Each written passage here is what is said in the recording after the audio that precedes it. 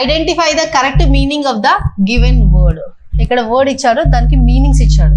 So మనము దాన్ని find out చేయాలి. అప్రైజ్ ఇక్కడ చూడండి, APPRAISE ఒకటి, APPRISE ఒకటి. చిన్న డిఫరెన్స్, ఓన్లీ ఏ అనే డిఫరెన్స్ ఉంది. ఇక్కడ ఏ ఉంది అంటే టు ఎవాల్యుయేట్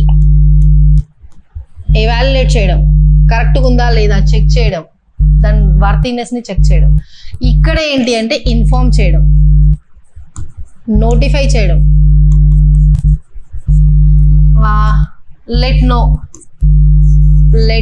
నో చెప్పడం, అడ్వైజ్ చేయడం, ఇవన్నీ వస్తాయి. సో ఇక్కడ అప్రైజ్ ఏ ఉంది అంటే ఏంది, ఎవాల్యుయేట్ చేయడం, దాని వర్తినెస్ ని చెక్ చేయడం, అది ప్రాపర్ గా ఉందా లేదా అనేసి. ఇక్కడ చూడండి, టు ఇన్ఫార్మ్ అంటే ఏంది, అప్రైజ్, టు ఇన్ఫార్మ్.